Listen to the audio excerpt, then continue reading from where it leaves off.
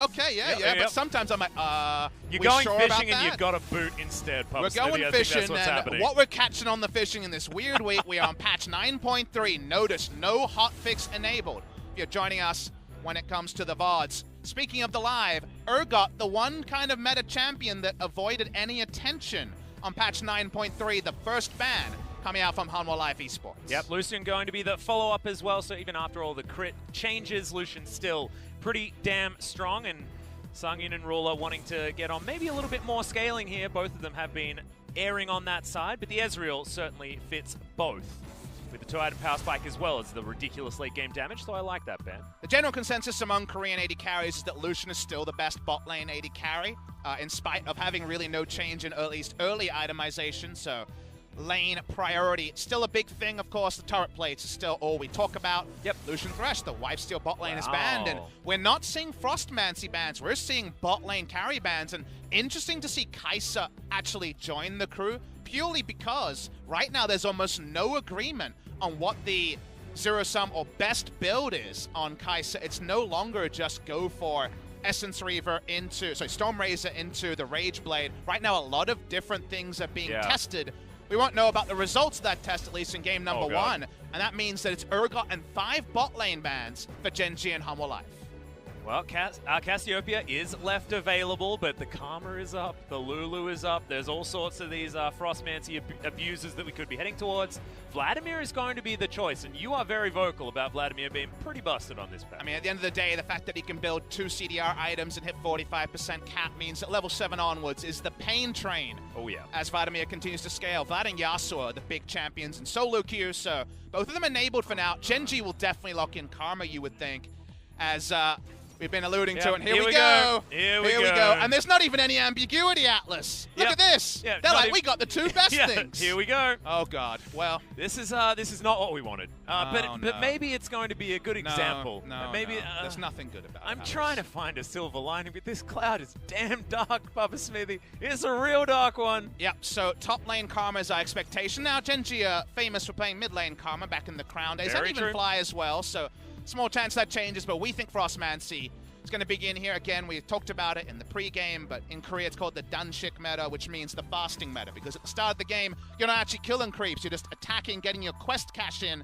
and going from there and getting a lot of wards and a lot of shields. So I think we're going to see an Infinity Edge carry from Ruler, and you can kind of fill everything else around it. The laning phase is going to be fun to elocute to talk about. So once in NA, was top lane Zillion there. Here's Sivir, who is considered now really the go-to AD carry, and if you take it at this last pick in the first round, you can even ban away a Caitlyn and get some more coverage for the Sivir. Exactly. Certainly a lot of options. And in fact, you banned Caitlyn and Jinx, the 2 most notable picks against the Sivir historically, but Draven, I feel, is the one that might slip under the radar. We'll see whether that's where Sangyun does want to go. Not necessarily one of our premier Draven players. Ghost, of course, Draven is the strongest possible lane against it, so it is more about the fact that Draven is kind of that weirder champion in terms of identity. A lot of AD carries actually can play everything except Draven. There's Draven-only players. Gango, for example, a really big Draven player. So we'll wait and see if it actually gets a coverage ban. Speaking of bans, Shen ban here against bot lane Shen. A lot of popularity since Joker brought it back. A very old meta pick. Tucson and others will be eyeing it for our second series of the day. Yes, of course, and because the Vladimir Shen has been such a popular lane to run, even though it basically does nothing in the laning phase, once you get out of it, it's a pretty terrifying one, as Gen.G do ban away the Jinx, one of the champions that I mentioned just before, does decently well into the Sivir. Always outranged with the rockets, and thus when Sivir was looking to ricochet wave clear, a couple of rockets to the face, which also wave clear. This is 2015 analysis from you and I. I know, in right? 2015 I'm going back to the LPL. Spring. 4 years later, baby, it still works out. Awesome to see. One item, IE, really strong on Jinx as well. Another reason that she's seeing a respect ban and a Sangyun favorite. So banning against the player a bit more than just, hey, Draven, because Draven is good. Into Sivir. Jungle pick to answer Olaf wants to get nowhere near the Viking. It's going to be the Nocturne, and Peanut going to take his time. Had a couple of games where he was never really completing the Paranoia and was just using it for zoning, kind of bad flashbacks to Clear Love at Worlds. So hopefully you're not going to come here, and there's a lot of ways to approach. People are talking about what works into champions like Caitlyn, which we know we'll see play later in the day. Choice against Sivir, there's a lot of options. We start with the Tahm Kench, and Sangyun seems to be giving a lot of information here. Does he actually want to complete the Vayne? It'd be cool to see one. What are we going to see here? As opting out of a crit 80 carry would be very surprising. Feels like the Awesome Dudes might actually be taking a big step back. Well, we'll see whether Sungin is going to be going towards either the Caitlyn or the Tristana, two champions that I do actually quite like. On this patch at the moment, you mentioned one item power spike in the Infinity Edge. Not going to be opted in for necessarily here by Sungin with the Ashe, but Ashe has a hell of a lot of flexibility when it comes to the item choices. You can still build Blade, but you can go for that Infinity Edge if you want to. There's also a much more macro concept we should talk about. Yeah. The ability of the Hawk Shot to spot out Nocturne's camp. He's a non-interactive jungler pre-6. That's important information for an invading jungler like the Olaf to predict where the Nocturne is, try to out-skirmish him, try to out-gank him, try to invade. The amount of utility the Ashe provides for the overall team comp, less about the 2v2, needs to be noted as the final pick is going to be that nerfed Lissandra. Like we mentioned, still going to be strong, and a confirmation the Karma's going top, and she ain't going to be farming too much in the early game. Seems like those average CSD numbers are going to be in the toilet for Roach. Exactly. We're going back to another one of these seasons where all of the stats are completely destroyed. Thanks, Final Meta, and now thanks, Frostmancy here in the LCK. So, Roach on the Karma, and I just hope that we never look at the top side of the map. I just don't want to. Hey, can I explain it once so that it's officially on video, then we ignore it? Yes, yes. Okay, once we're into the game, I'll allow that, but I'm still just not happy about it. Still definitely not happy about it. This game is the ultimate 600 CS silver win condition, by the way. She has a Braum, she has a Karma. She's even got a Lissandra to help peel for her. I mean, this is the ruler show. This is precisely what we were expecting out of Gen.G, and this is pretty understandable. Out of Hanwha Life Esports as well, they do like their team fights, and they do like having that little bit of extra control. And Bono has been out overperforming on the Olaf especially so far this season. And how will Bono interact with a Karma who's going to have an interesting lane position, given that she's not going to be focusing on farming, she's going to be focusing on harassing. And also the pretty clear task of, let's get this done in the first 30, rather than allowing this to be an even ball game at 40 minutes. That's where things will really come into their own. On the side of Gen.G, Hanwha Life Esports, 5th, trying to cement their spot in the top 5. Gen.G still down the bottom of the table, but looking to find some light. It's only week 4. The season's not over yet. Exactly, and it was a disappointing loss against Kingzone as well. Can Gen.G turn it around, and will it be Frostmancy that does it? Let's find out right now.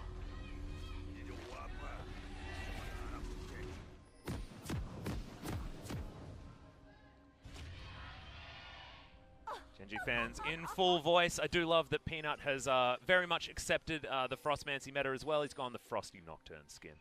Very, very nice. In fact, they've got a very frosty vibe. Freljordi in support, as well as Lissandra in the mid lane. It's a frosty old day today. Yeah, I'm rolling up, but I'm frosty about it too, Atlas, because I'm not a huge fan of Frostmancy. Neither were the North American teams. There was a vote put out, and they basically, you know, with no days removed, 1 day's notice, opted into no Frostmancy. The micro patch that went live today around the world is alive in competitive games as well, so very fast turnaround compared to the normal kind of 1 week to soak in.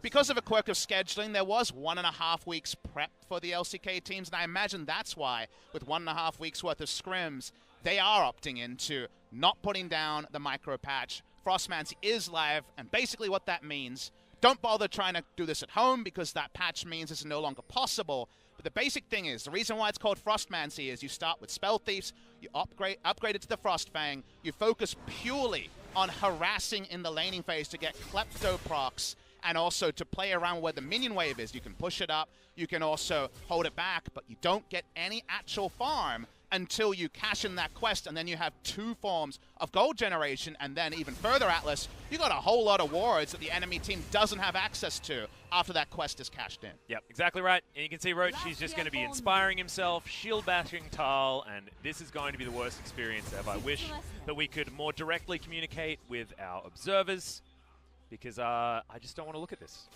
I think that's an important teaching moment, though. I do understand that, but basically the findings have been that when you cash in that quest and focus on CSing, you actually still surpass, because Kleptomancy gets you that odd 300 to 500 gold. Yeah. In the laning phase as well, you hold down the enemy, and you can do a lot of interesting things. If you think back to the last time we talked about minion aggro, it'd be way back when single target spells like Pantheon Q and Kassadin Q were taking aggro. It meant that when you queued as Kassadin in the mid lane, the minions would turn on you and aggro on you, and you'd take some damage.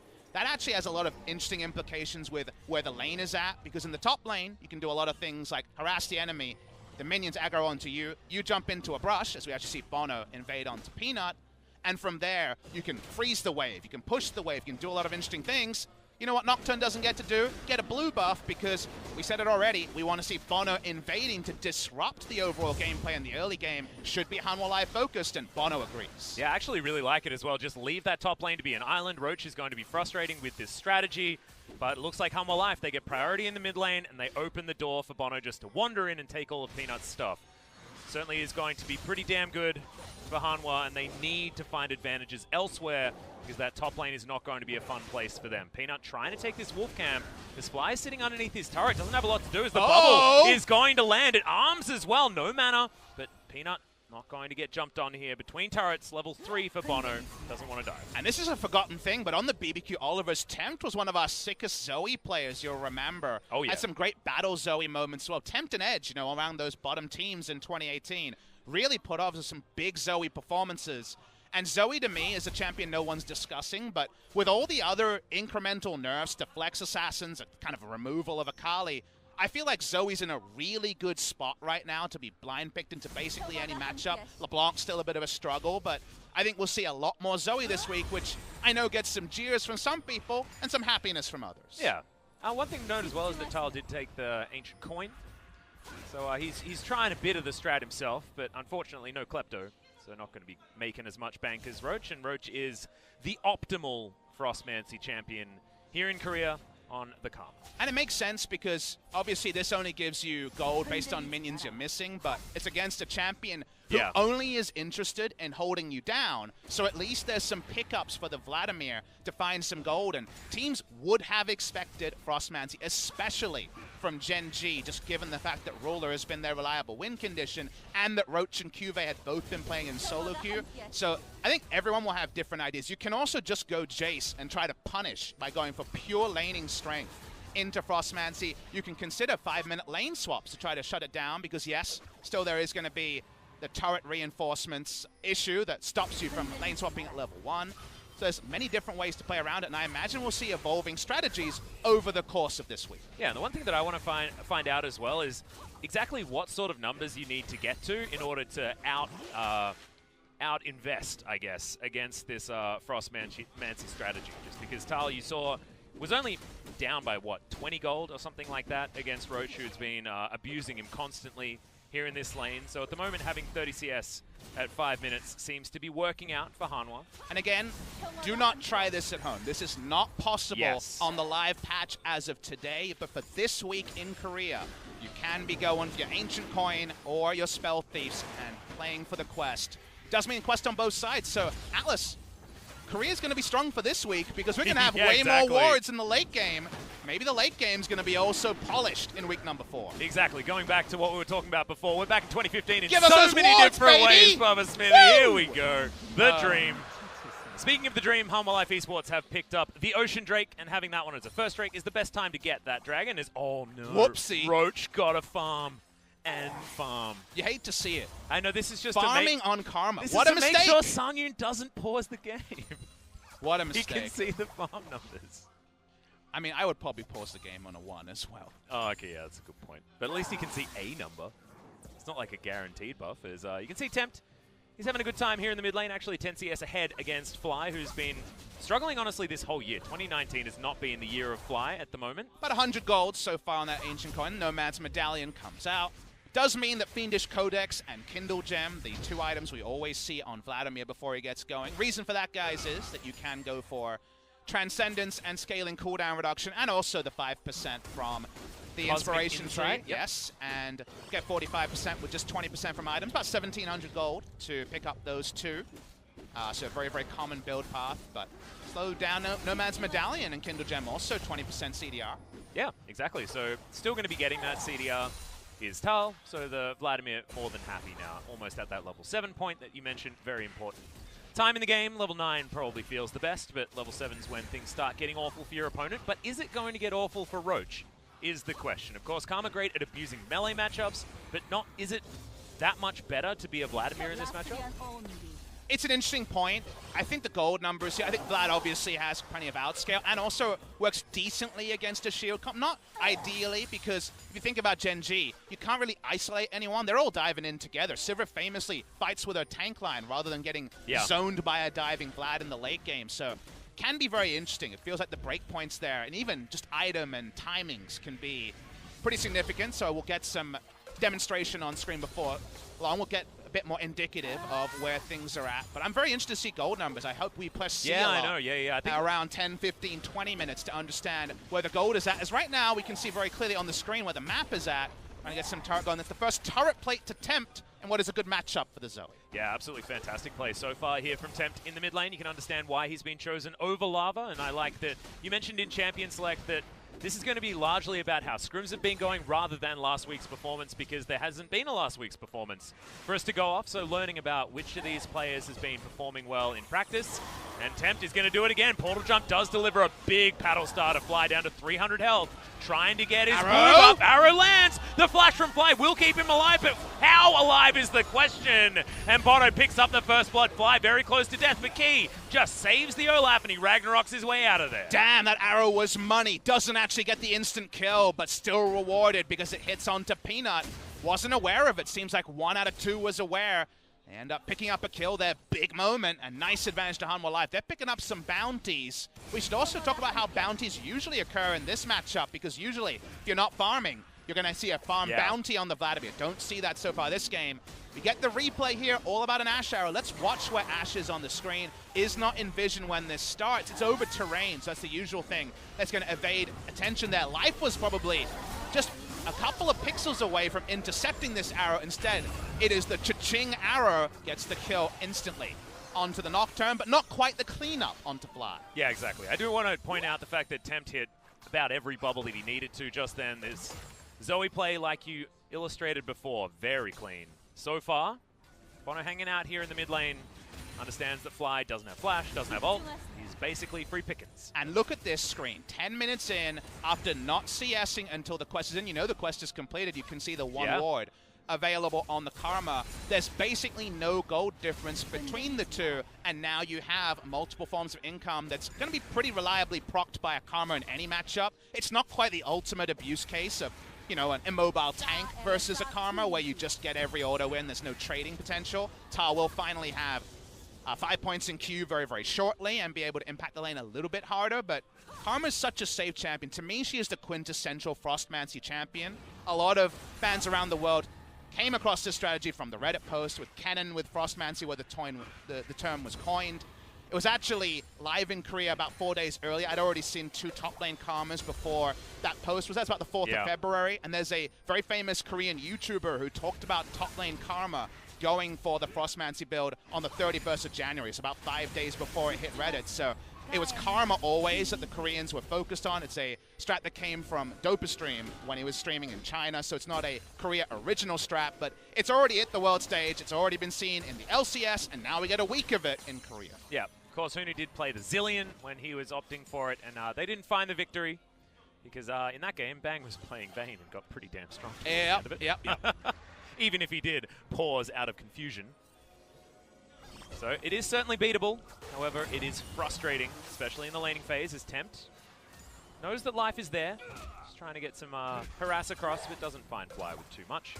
We'll just continue to farm things out. Gen.G wanting to stabilize. 2,000 gold behind is approximately the lead here for Hanwha Life, but Roach is going to continue getting further and further ahead. Can we have a live casting discussion while not much is happening? Absolutely, yeah. What do you want to talk about? So you know how Flame Horizon used to be a really cool thing when it was much more the Ignite top laners, then it kind of became 100 CS lead and a good matchup, and we still called it Flame Horizon. Can we just agree that it's not a Flame Horizon now? Absolutely. For this week, Flame Horizon, when there's a Frostmancy champion, we're calling a moratorium on it. I hope LS is listening. Yep. No Flame Horizons. I mean, we probably won't see one because Karma's going to catch up, but just don't want to talk about it. So let's talk about this. Yeah, speaking of catching up to things, Arrow's going to be dodged there by Peanut, but Ruler's got a spell shield. Peanut's got a spell shield. Everyone does. No one's going to get hit by that one, and the Devour was a bit late from Key. Comes in there, and it might have been a Devour cooldown thing. Hard to say. It's just available now, so you'd have to assume it was about availability there, but they get that important kill. It's really important now. Free time for Sivir to farm. Goes the Essence Reaver. We're seeing first items complete. 25% crit on the Essence Reaver, 20% CDR. Sivir, mana hungry, will return to that item after the change where no longer is it the item that it was before. Much more about the mana and just the pure stats, but has critical strike on it once again. Yeah, it is back to the old Essence Reaver. You have to go elsewhere if you want to get that Essence Flare that is no longer called Essence Flare. The Spear of Shojin. Exactly. I don't know about AD carries. Maybe Callista can do a Sterix impression and pick it up, but apart from that, probably not going to see it. Hasn't been that many abuse cases. I feel like Jax is really good. Jax was ridiculous. Can't always afford it, but let's watch the replay and understand this. So Key had used Devour to get the Rift Scuttle, and used it a second time to kill it. So that information was not confirmed. Only the first Devour was in. They knew Tahm Kench out of lane.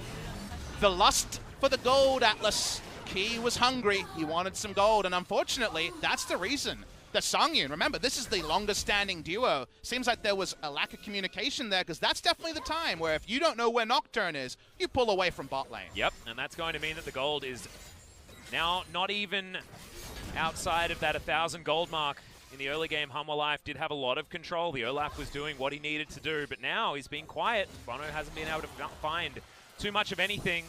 Claw of Doom is not too scary there from Fly. Hanwha Life need to put the pressure on yet again, because I feel like this comp from Gen.G wants to do exactly this, which is basically nothing until the very latest stages of the game. But Hanwha Life have much better 1-item, 2-item breakpoints, and a Vlad who can't contend with Sivir late game. Sivir's just the god champion, but is up there, right, when it comes to late game. So there is still windows where Hanwha Life are very favored. They still have Rift Herald. They still have a Zoe running around and Poke, and right now Gen.G kind of have to all in against Poke. They don't have other options. But they can try to play the map, and playing the map might work out here. Yep, looking to all in against a Vladimir, and that's a very early pull, but a lot of damage actually coming out here from Tal. Fly in trouble, almost gets it back. The Hemo Plague was not enough healing to get that one back through, as the tower going to be in trouble in this mid lane. No turret plates, but Shelly will make short work of this outer and mid. She actually goes for an interesting little visual bug there as well. You're getting the point. Notice the timer, though. This timer works more for Gen.G because after 14 minutes, so no turret plates are going to be the payment there. Arrow goes wide, nice goal is scored, but Bono's still interested.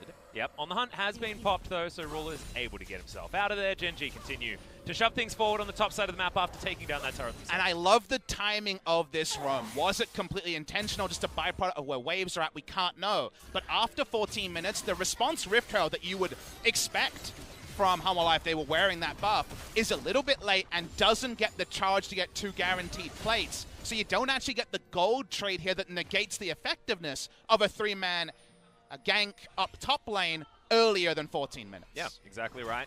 So Gen.G more than happy and are now going to have the gold advantage, because if you start a fight, I mean, Karma's making so much bank off it. Oh my goodness. I mean, Karma's already got cooler items than Vlad does already, right? She's got a completed high-tier item compared to Proto Belt and working towards the standard Vladimir assortment of ability power items. We know he uses them well, but right now he is still thrift shopping. Watching in the mid lane. Mid lane turret is down, and that is still something important to talk about. A lot of siege on this Hanwha Live team, and again, that's another window they can exploit. The siege options for Gen.G, very paltry in comparison. Precisely. Well, can Hanwha Life actually play around the advantages that they have, or is it going to be enough for Gen.G just to continue plodding about, doing as little as possible and winning the game in the end? The answer seems to be pretty good here for Gen.G so far, because you've got a Guardian Angel already completed onto Peanut. Second item of choice here for most of our Nocturnes. This just means that he can go in with Reckless Abandon, and we might actually have a more aggressive Gen.G earlier than we may have expected. And that means they can have Nocturne dive in with a Karma shield, potentially for the whole team, at least selfishly for the Nocturne, and his ability to always commit. Again, we talked about how he had to be a voyeur a couple of times in previous Nocturne games, and then hope that was enough. He can commit here for multiple reasons, and him wearing the gold actually means when that siege, that again, we really like Hanwha Life for starts, they have a hard commitment button they can press at 17 minutes rather than having to kind of wait for items like other games. We've seen pretty much the same kind of mismatch in identities between two teams. Yeah, the thing that I find a little bit frustrating is that Hanwha haven't been able to utilize this mid-game to get any picks. I mean, their composition is beautiful when it comes to skirmishing around vision advantages, and they have been able to take down this bottom outer turret. Finally able to get that one done. He's going to give them the turret advantage, and that gold is going to be even once again. But to try and get themselves into a position where they can find a pick and then actually get a notable lead, that's what I want to see. But instead, it's going to be Gen.G going for the aggression. The Devour is off cooldown this time, and the Glacial Fissure doesn't land onto Sungyun. They do manage to pick up the Toadfish, and Roach takes a lot of damage there from Tempt, but there's no answer here from Hanwha. But there's not a bigger punishment because Peanut was out of range. Atlas uses the ult, but actually isn't in position to fully commit. Just uses it perhaps to get the teleport advantage at the start, but can't actually get the gap close. Was only 4 after all. And Hanwha Life are in position to try to contest. Tom Kench down. This will Voyage to get back, but what does this mean for the Drake, which is spawned? Well, it's a really nice spell shield there from Peanut, so he doesn't go to sleep. And they're not going to lose their Nocturne's GA just yet. Speaking of going to sleep, the Cloud Drake also going to sit back down again. Gen.G not opting in to go for that one overly aggressively, and Hanwha, they have an opportunity to augment their Drake collection with a Cloudy one. So that will be just a kill, and it seems like Gen.G aren't allowing for this. They don't know if they want to commit. They don't really have any more go buttons. They're just trying to poke around, and it does end up being free. So a death but a Drake, it's not ideal, but you'll take it as Hanwha Life. Yeah, exactly. I mean, if that was an Infernal Drake, they'd be very, very happy. Unfortunately, it's only going to be a little bit of extra movement speed, but still definitely good for Hanwha. And I don't know how Bono was able to hold on to his flash and not have to actually flash over the wall there, but was given a free exit here by Gen.G. I'd like to see the replay just because we've seen Peanut actually short the Paranoia a couple of times. Is this purely to get a TP advantage? The answer has to be yes, because Nocturne's so far away. Yeah. The Paranoia is only used to stop Vladimir from getting in, and that part works, but they maybe overrate how much damage they do. They don't get a second pick, and thus they invest quite a lot and end up getting, at best, kind of an even iffy trade. There was a potential teleport opportunity for Tal after the Paranoia wore off, but I think you're right. It was slightly too late. They'd already lost Key at that point in time. And I give the benefit of the doubt to Peanut on that one. When you're just out of range, you know, you see awkward things like a Nocturne flashing to get in Paranoia range. Yeah. This one was very visibly on level 1 Nocturne ult, nowhere near the fight. So I assume it was purely, let's cancel the enemy teleports, but in the end, seems like overall the judgment call wasn't fantastic from Gen.G. Yep. Well, you're talking about 2-item spikes. You got Oblivion all picked up by both of these AP carries coming in from Hanwha Life. You've got 2 items here on Sungyun with the Hurricane picked up as well. Certainly fantastic synergy here for the Ashe. So certainly some ways of doing battle for Hanwha Life Esports, and their comp does work very well together. And this is why we thought this would be the mid game from Hanwha Life, because you go somewhere first, and if Nocturne's not there with ultimate, what are you doing? You're vacating as Gen.G. These are free objectives for Hanwha Life. All outer turrets are basically free objectives when you're fielding Zoe, Ashe, and you have a skirmishing advantage from the jungle. That is what Hanwha Life picked for. So good to see it clicks in. Maybe 5 minutes too late, but it clicks in anyway. Roach on the bot side getting farm. You don't really care because Karma's, again, just going to get some little bit extra shielding and a little bit extra burst that can be negated. So you're okay with the trade of farm here between members, and you also get that Baron control. You try and walk up toward Baron, you could be in for a bad time due to Zoe, but nice little observer showing here. There is a nice TP ward on the side. They're starting Baron. Yeah, is there any information here? Absolutely no vision Nocturne's available here from Gen.G. buff. Yeah, exactly. So this is just going to be taken down to at least half health. Gen.G, what are they going to do? Okay, they do finally figure it out, but what is actually the counterplay Nocturne here? will have to what show is himself the in mid. option? Yeah, he's going to show on that mid-outer turret. Paranoia does come down, but the Baron goes to the Olaf so easily. Decisive play coming in. Arrow is going to get that field goal once again as Peanut dives on forward, but Sungyun's at full health. Roach trying to get the work done, but he's a Karma that's not doing so much here at this stage, and Tal is the Vlad, and Tal is huge. Peanut comes over, Dustbringer is going to do it, but now there's a huge advantage for Hanwha Life Esports, and they have a Baron. An atrocity of a fight, but Vladimir in the backline, well played by Tal to maximize damage. They want to chase down Peanut. 3 Baron buffs will be gone, but it should be 2 remaining. They're just trying to guarantee this one, and they can also desync the spawn time. Staggering the backs, Papa. It might be a Blizzard term usually, but staggering the backs means that Nocturne won't be in position to repel a push for quite a long time after the respawn. Exactly, so let's have a look at this one again. The arrow wasn't necessarily great, but the rest of the fight was good from Hanwha. Watch the end of this fight, because it felt like Sivir free hitting would be the thing, but Roach is never fighting with Sivir until right at the end of the fight. Isn't actually able to back him up, no Ardent Sensor, and Vladimir actually threads his skills so well at the end to get the double kill. Doesn't quite get out, but Peanut has to invest his flash just to clean up the Vladimir. Peanut goes down, desynced at the end, and Hanwha Live should be very happy with how that came together. And if you just ducked back 5 months or something like that and you told me that was Tal making that level of a play on the Vladimir, I'd be like, you're joking. But man, this year, 2019 has been the year of the Tal, and he got max damage in that team fight. Sangyun was the focus, but it was all the Vladimir. Really nicely done, justifying leaving up the Karma as well. I mean, we wanted to know why Hanwha played right into this Frostmancy play. They knew it was coming.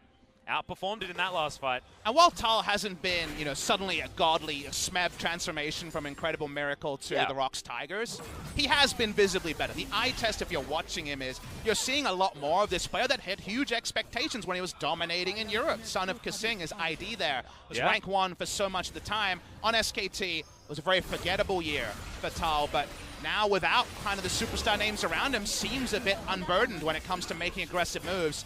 Peanut walks up, but he knows this is not the time for paranoia. It's Zoe with a Baron buff, Ashe with good range. How did Gen.G stop structures going down?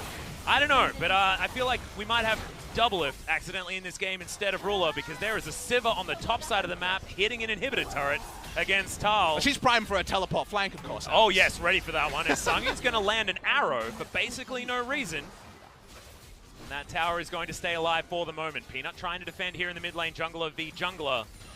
Gen.G with 3 against this Siege. And you mentioned the fact that Siege is what Hanwha want to do. Oh, yeah. This is precisely their happy place. Teleport to guarantee the turret. They should be able to get in here and take that one down. All 5 members rotate over. That's a basically free inhibitor. Gen.G, not a whole lot they can do about this one. Oh, this game's getting me going, Frostman's losing Atlas. Oh, yeah. Boy. This is what we need. We needed the first example to not win, and then no one will do it anymore. In theory. It was a very successful laning phase for the Karma. She actually turned on the quest, as you'd expect, even in a range matchup, very, very early. But we're not seeing the team fights we expect, which is let's all rush in at the same time and buff up Ruler. Also 6 items, no Infinity Edge coming just yet, so we're working on 3 items still on the Sivir. So the wait a while approach is being punished by the do it now approach. It wasn't 15 minutes, but at 20 onwards, Hanwha Live have exploded into life. And Vladimir got the free farm next to the Karma. Also had a bit more oomph with the items with the Ancient Coin, Nomad's Medallion.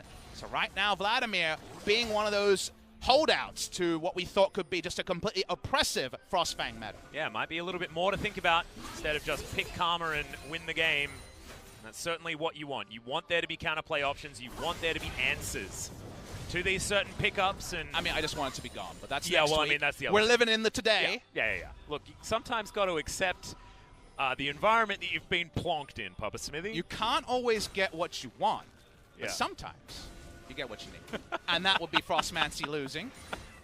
That's true. Oh, yes. Vladimir gold numbers higher. Loving it.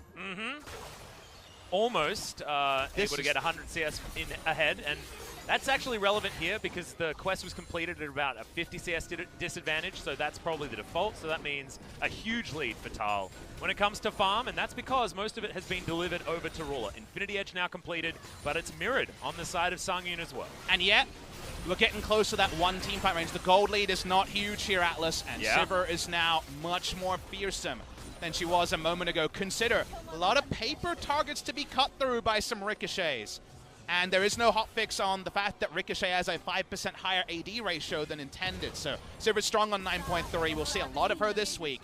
Still haven't seen the full impact, and the right poking, and it might not matter at all. Hope doesn't come together. There's Sivir ult. Yeah, Tal looking for it. The arrow's actually going to land as Redemption goes down. Hemoplague a little bit late there from Tal. They do guarantee the inner turret, but that's not the team fight that they were obviously looking for. And meanwhile, the 3 TPs are being put onto the map here.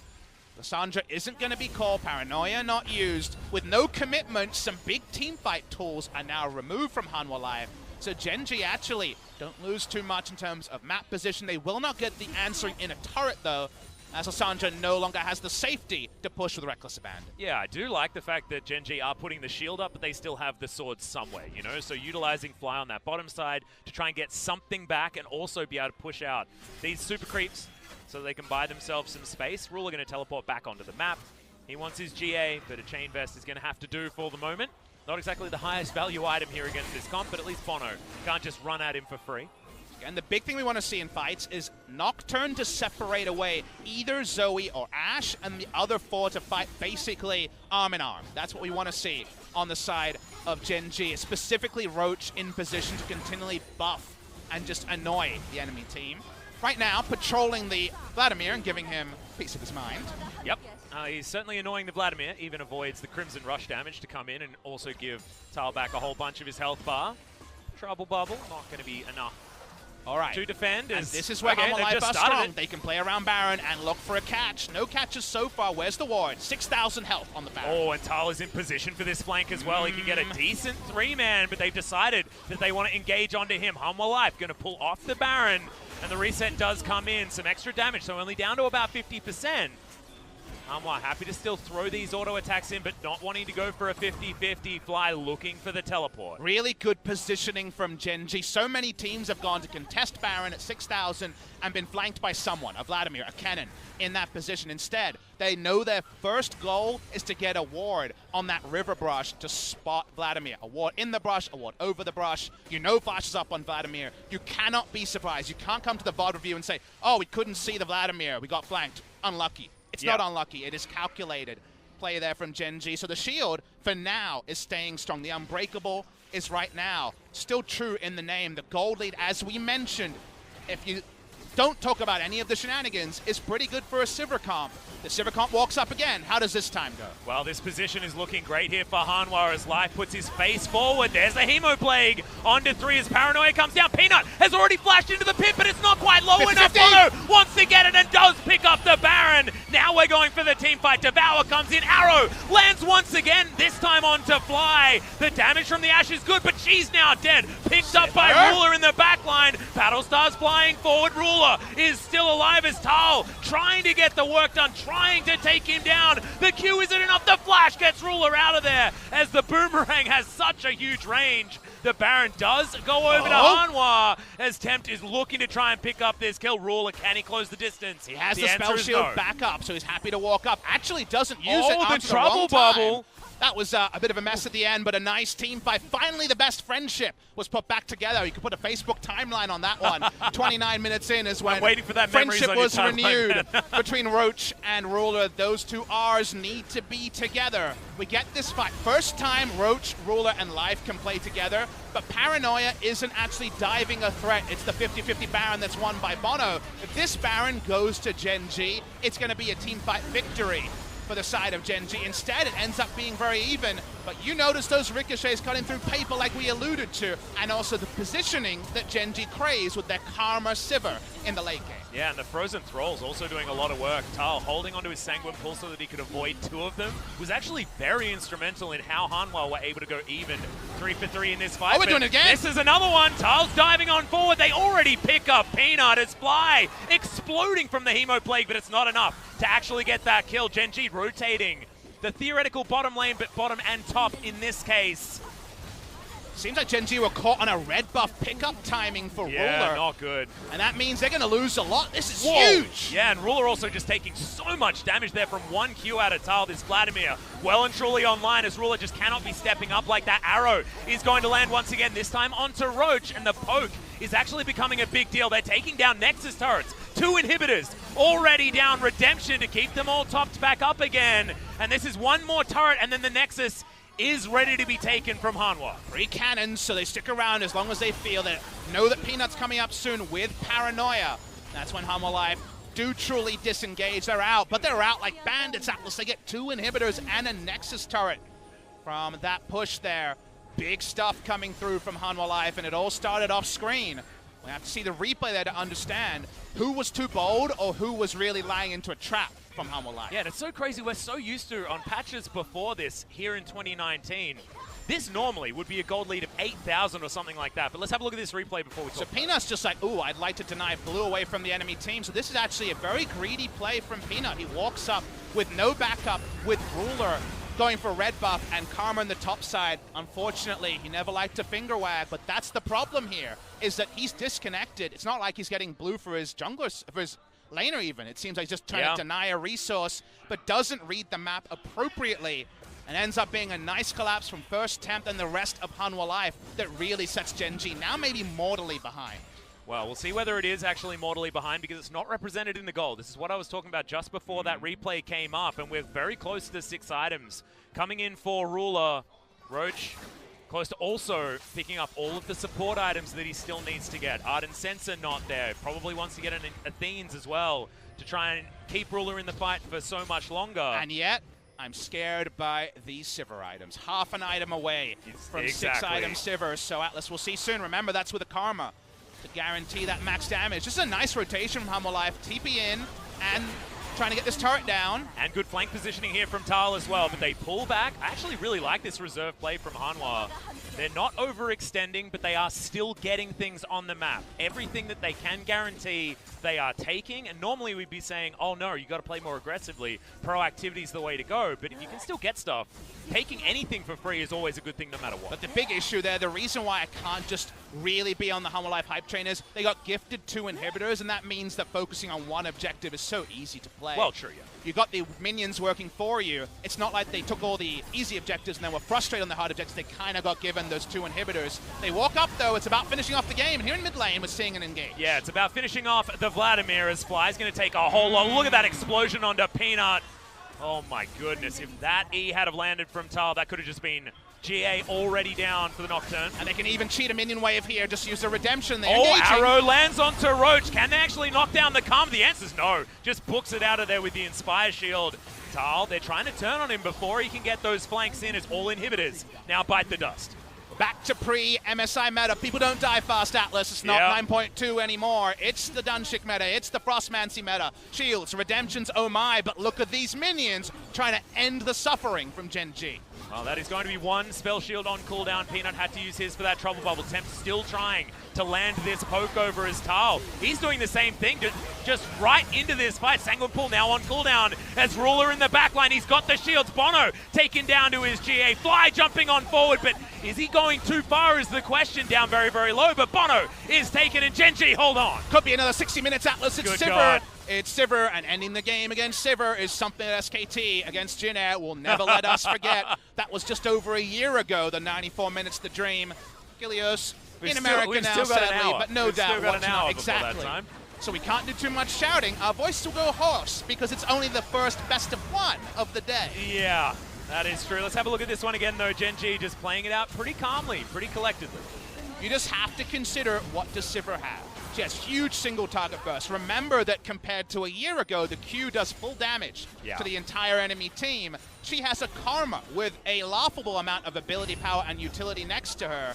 She is super strong as Sivir, and now they're saying, how about a Purple Worm? Well, the Hawkshot says that Hanwha Life knows exactly what's going on, and now they have them in a Baron pit. That's exactly what Zoe wants. Arrow is going to land. Oh! Gets the explosion kill onto Roach, but can he actually keep himself alive? Tempt gets a whole lot of burst damage over the top, and now Gen.G, have they suffered enough as Key eats the grey health, but he's going to get melted. Oh my god, Tempt just bouncing around the fight, getting the work done that he needs. Abyssal Voyage to commit to this fight as Sangyun dives on forward. Ruler in trouble is there. Is Peanut going to be the hero? But that's just not enough right now. The beach ball lands. Not true, but Life is going to get taken down very, very low. And see the picture-in-picture. The minions might be doing a job here as well. They're trying to stop the back. He's a TP to try to defend. Yeah, exactly. Ruler just wants to try and get back there, but he just explodes. The Guardian Angel is going to pop him back up, but they put him straight back down. And Hanwha Life will win the game off a teleport onto the Nexus. And that's why you keep the chase up. You can't allow for a defending TP. They get everything, and here's Tempt. He picks it up. He thrift shops that Zoe teleport, and he's going to end the game. Yep. I didn't even think that was possible anymore, but the Nexus is going to go down, and Hanwha Life, Frostmancy, they say no and take game 1. Frostmancy is down, but it's